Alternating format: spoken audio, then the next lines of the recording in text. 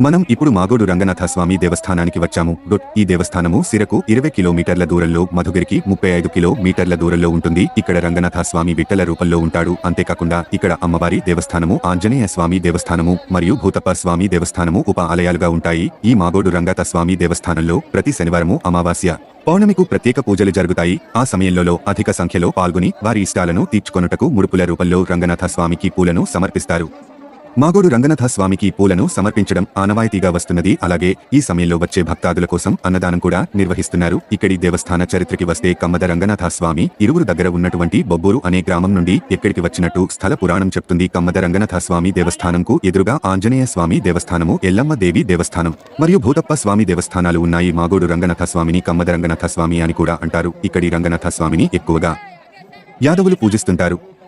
మాగోడు Ranganatha Swamy దేవస్థానమునకు